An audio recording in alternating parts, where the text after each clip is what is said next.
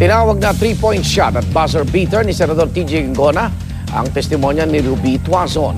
Dinitalya ni Tuazon kung paano niya personal na iniabot kay Senador Jinggoy Estrada ang kickback ng senador mula sa kanyang pork barrel.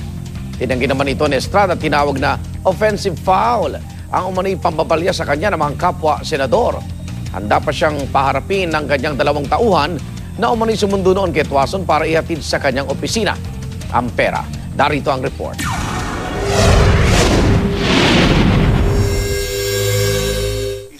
Slam dunk.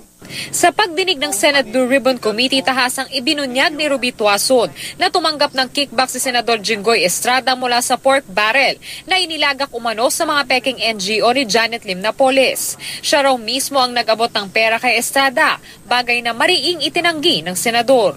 I just handed it to him in a bag. Were you with someone? Yes, I was with Mrs. Napoles and her husband. I vehemently deny the statements made today by Ms. Ruby Tuazon before the Senate Blue Ribbon Committee on the so-called pork barrel scam investigation.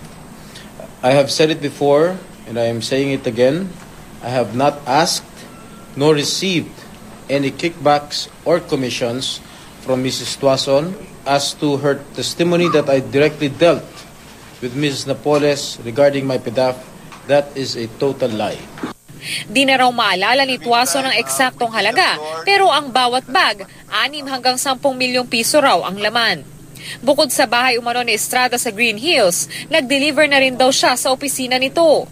2 tauhan daw ni Estrada ang inutusan umano ng senador na sumundo kay Tuazon. Locations. I did it like at least twice. Twice. Yeah. I used a hand carry one time.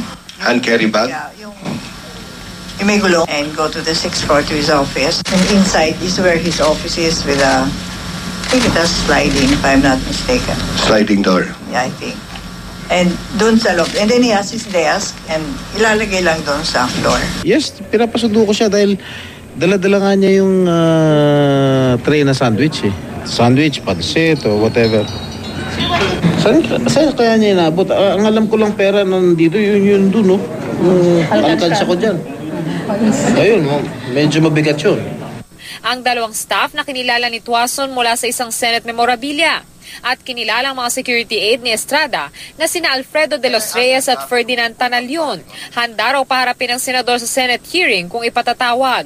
Inalmahan naman ni Estrada ang tila umano paggamit ng ilang senador sa pagdinig para mamulitika.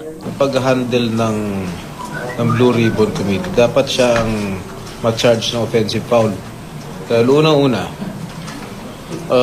masyado niya inuusgahan yung testimonya ni Tito Rubin na wala pa namang basihan. Pangalawa, nambabalya siya ng mga kapwa ni senador para lang makashoot siya sa magang pampolitika. Para sa unang balita, Von Aquino reporting.